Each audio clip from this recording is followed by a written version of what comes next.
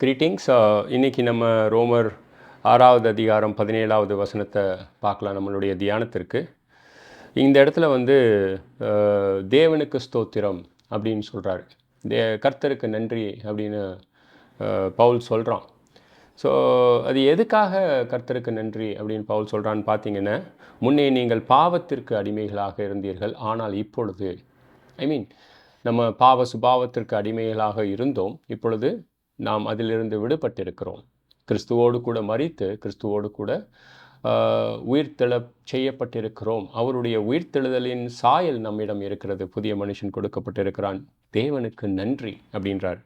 ரெண்டாவது விஷயம், தேவனுக்கு ஏன் நன்றி சொல்கிறாருன்னா, அந்த ரோமபுரியில் இருக்கக்கூடிய கிறிஸ்துவர்கள் மனப்பூர்வமாய் முழு இருதயத்தோடு கீழ்ப்படிந்தார்கள். அவர்களுடைய சித்தமானது கீழே தேவனுடைய வார்த்தைக்கு கீழே வந்தது. அவர்களுக்கு ஒப்புவிக்கப்பட்ட உபதேச சட்டத்திற்கு மனப்பூர்வமாய் கீழ்ப்படிந்ததினால் தேவனுக்கு ஸ்தோத்திரம் அப்படின்றார்.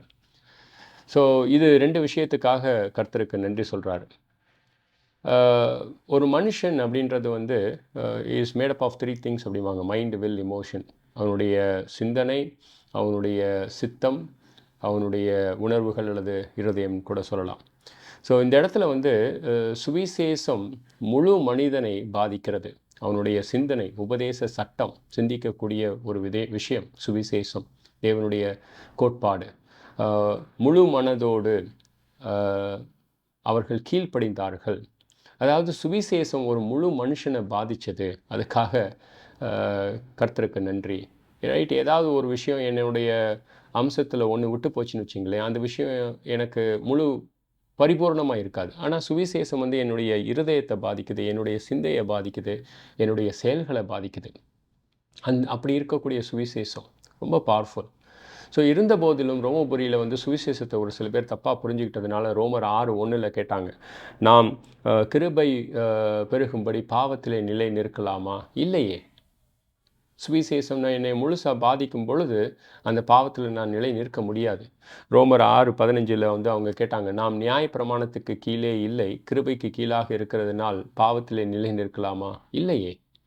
ஸோ ஒரு சுவிசேஷம் தன்னை முழுவதுமாக முழு அம்சத்தையும் பாதிக்குது அப்படின்னு புரிஞ்சிக்காத பொழுது கேட்கக்கூடிய கேள்வி தான் இந்த கேள்வி. ஆனால் பவுல் சொல்கிறாரு, தேவனுக்கு ஸ்தோத்திரம், அவர்கள் மனப்பூர்வமாய் அவர்களுக்கு ஒப்புவிக்கப்பட்ட உபதேச சட்டத்திற்கு கீழ்ப்படிந்தார்கள். சுவிசேஷம்ன்றது வந்து என்னை முழுவதுமாக பாதிக்கக்கூடிய ஒரு விஷயம். கர்த்தர்கிட்டருந்து அம்மாதிரியாக என்னை பாதிக்கக்கூடிய விஷயத்தில், என்னை மாற்றக்கூடிய விஷயத்தில் ஒன்று கொடுத்ததற்காக தேவனுக்கு ஸ்தோத்திரம்.